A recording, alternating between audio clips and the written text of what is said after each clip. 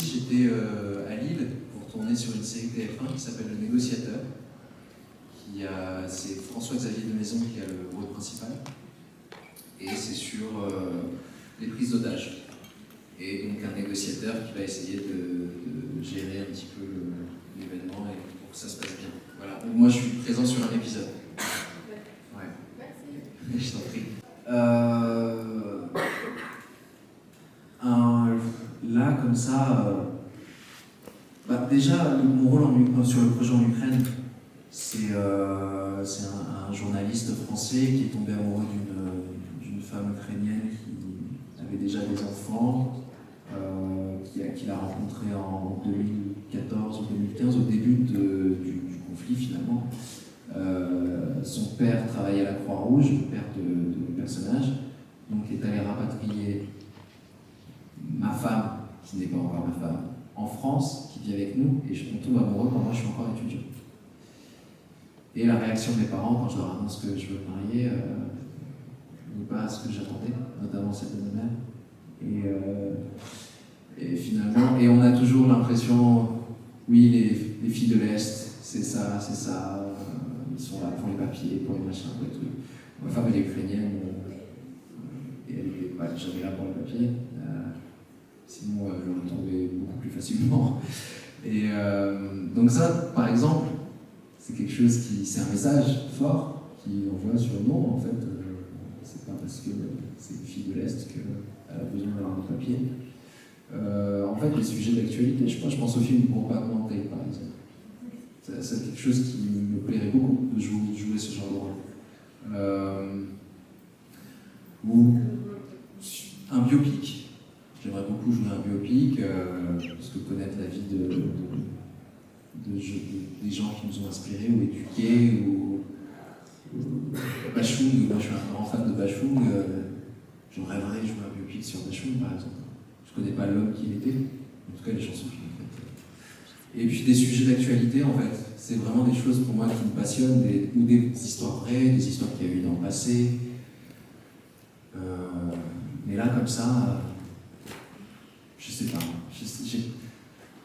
pas, il y a tellement de sujets, que, en fait, j'aimerais juste faire comprendre qu'on est tous humains, qu'il n'y a pas de race, on est la race humaine. Les religions, on peut en apprendre, un catholique peut apprendre d'un musulman ou d'un juif et vice-versa, plutôt que de se détester. On a le droit d'avoir des idées, des convictions, et peut-être qu'on a le droit de... Je pense que si on était un peu plus ouvert, chacun à... Ok, pourquoi toi tu aimes ça? Pourquoi moi j'aime pas? Qu'est-ce qui fait que... Essayer de comprendre en fait.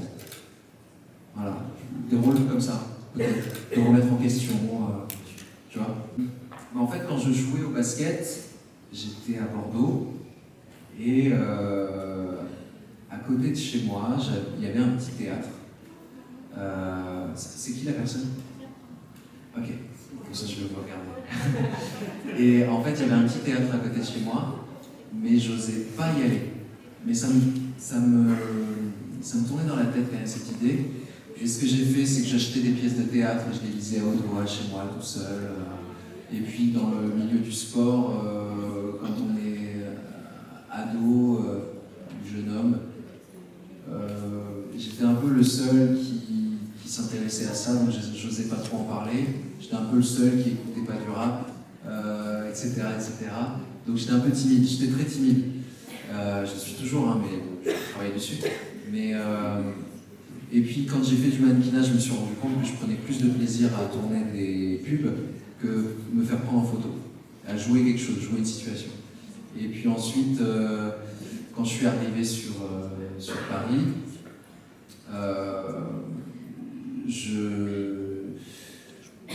c'est mon épouse en fait qui m'a poussé à faire ça.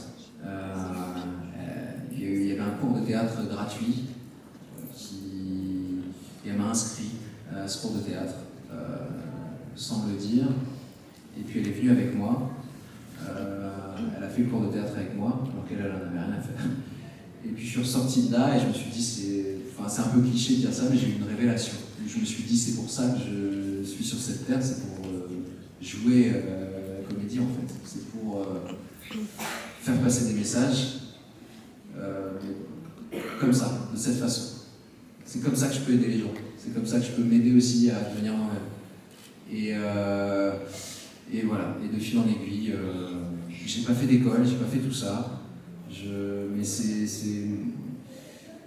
j'ai eu la chance d'avoir une épouse qui m'a beaucoup, et d'avoir toujours une épouse qui me soutient énormément, et dès le début, et qui travaillait, qui est mannequin, et qui travaillait assez à l'époque pour pouvoir subvenir à nos besoins à tous les deux.